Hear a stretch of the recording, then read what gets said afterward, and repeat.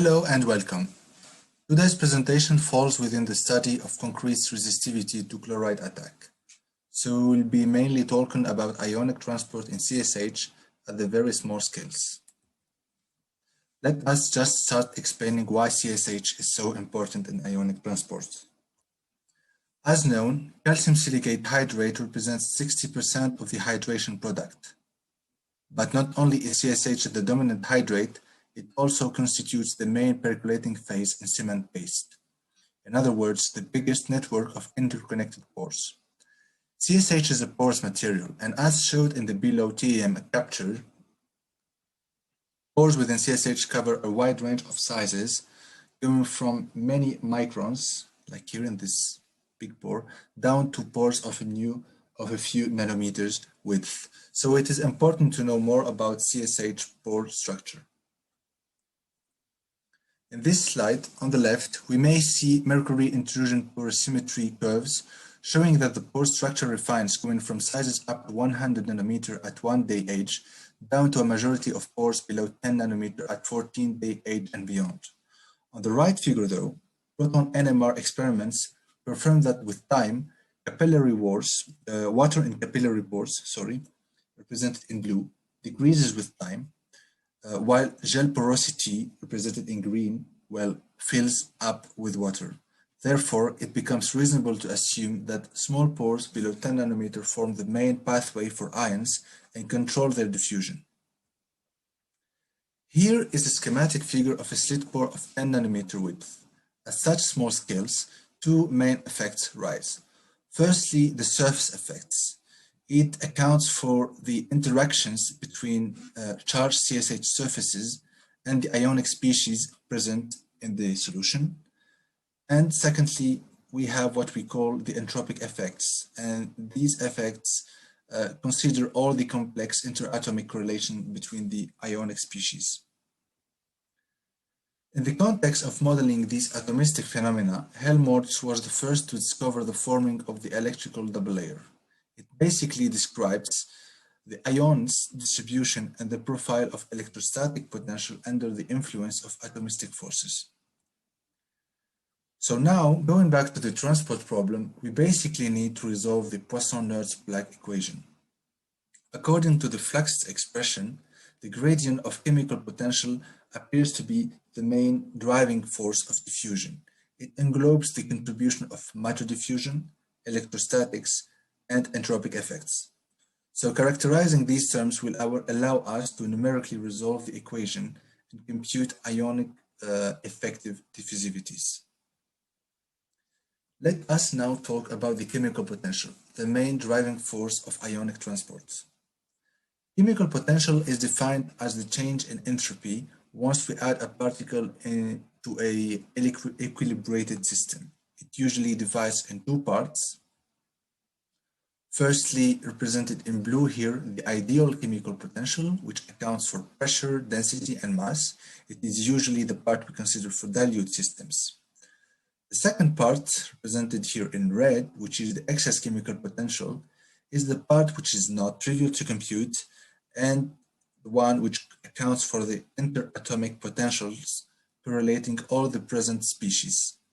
So our first objective is really to compute the excess chemical potential of our pore solution, and it really comes down to compute the average of this exponential term here, which is basically a function of one term in particular, delta U plus. Delta U plus represents the energy shift due to one particle insertion.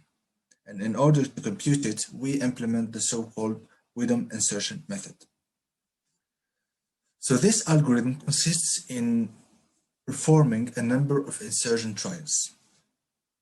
As represented in the figure, we basically start from a equilibrated initial configuration, and from that we have two cases.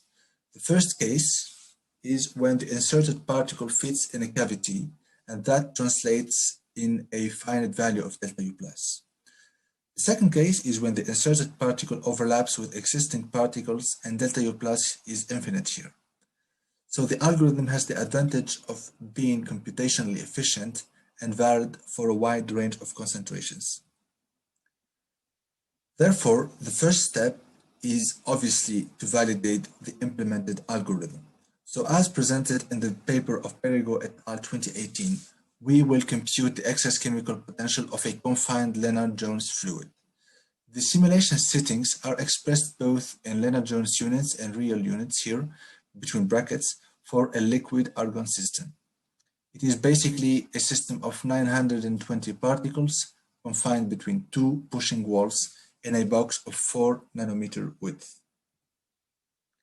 We start by equilibrating our system with a molecular dynamics simulation in the canonical ensemble, NVT, where we fix the number of particles and the volume V of the system and its temperature T.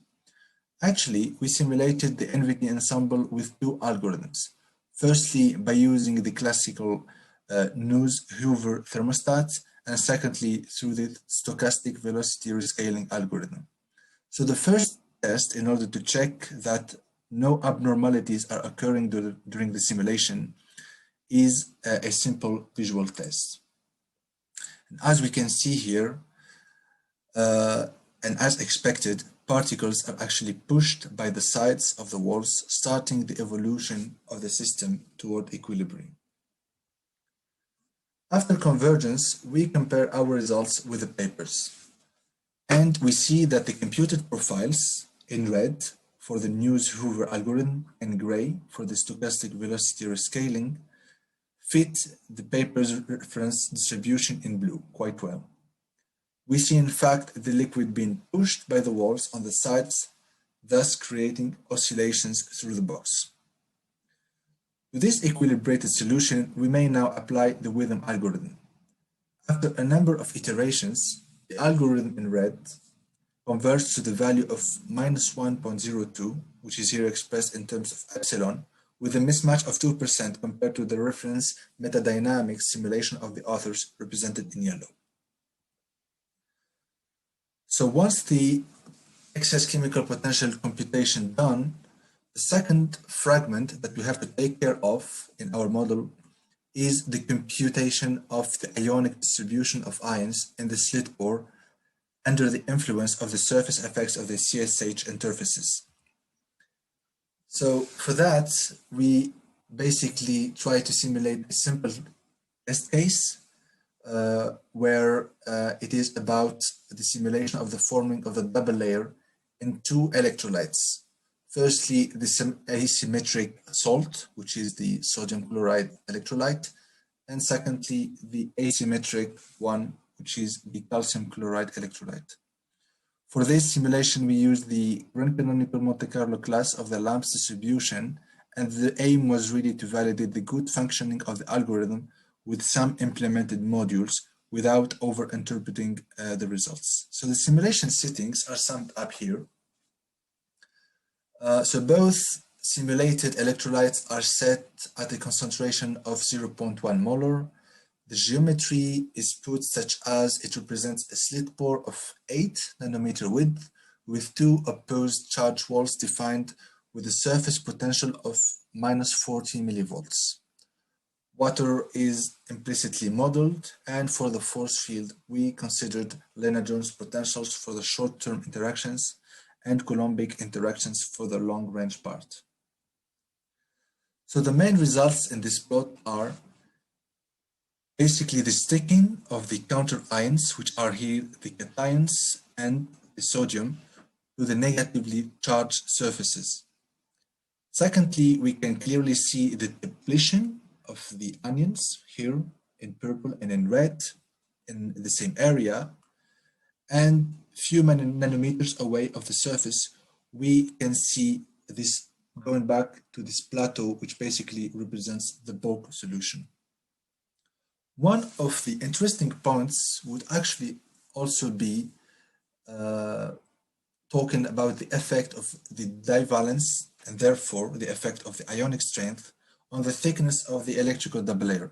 In fact, comparing, for example, the profiles of the cations, here the yellow is the sodium, the blue is the calcium, we can clearly see that the depletion is much stronger for the calcium ions, which are divalent, in comparison with the yellow profile of the sodium, which is much slower to go back to the bulk diffusion. And this could be interpreted as a much stronger adsorption of the divalent ions compared to the monovalent sodiums. So beyond this point, we would have validated the whole atomistic model, which consists in predicting the forming of the diffuse layer at an equilibrium state. And to move toward resolving chloride's ingress in a realistic cement paste, the next natural step is to apply the model to actual pore solutions. As we can see on this schematic, one of the main challenges in this work is actually to correctly model the pore solution. It usually cannot be represented by a simple symmetric electrolyte, since electrical double layer forming in cement's pore solution depends on the presence of a lot of parameters that cannot be neglected. Namely, pH has a huge effect on the surface properties, and along with it, calcium, for example, plays a role in the charge reversal near the surface as well as on the depletion of chloride. So in the optic of modeling the pore solution, three main criteria have been respected: electroneutrality, the non-ideality of the solution, and accounting for the presence of alkali. For that matter, calcium chloride mixed with sodium hydroxide fulfills the requirements and presents a promising model of the pore solution. Now, at this stage, all that is left to solve is the Poisson-Nernst-Planck equation. In this last slide, I tried to make sort of a map that will guide us in the objective of resolving transports. So what we have been doing so far is coupling MD with a method to get values of the pore solution's chemical potential. Ultimately, this is nothing but an input parameter to the Grand Canonical Monte Carlo, along with systems volume V and temperature T. GCMC primary use is to determine the ionic distribution, which is equivalent to the charge distribution in the slit pore. And going from there, we get the electrostatic profile within the pore, and even the excess chemical potential actually as a function of the pore size. Once all three of matter diffusion, electrostatics, and entropy effects quantified, determination of chloride's effect diffusivity is within reach. Thank you very much for your attention.